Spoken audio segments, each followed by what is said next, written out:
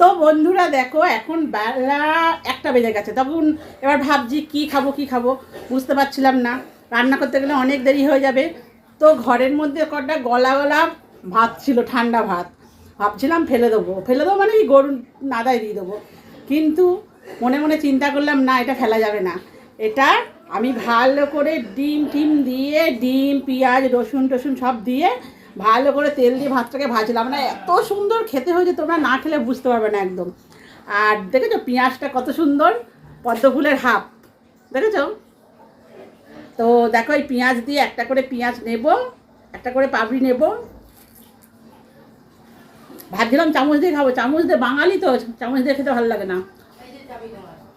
খুব সুন্দর খেতে হয়েছে রে, এত ভালো খেতে হয়েছে না। যখন বাড়িতে কেউ চলে আসে না,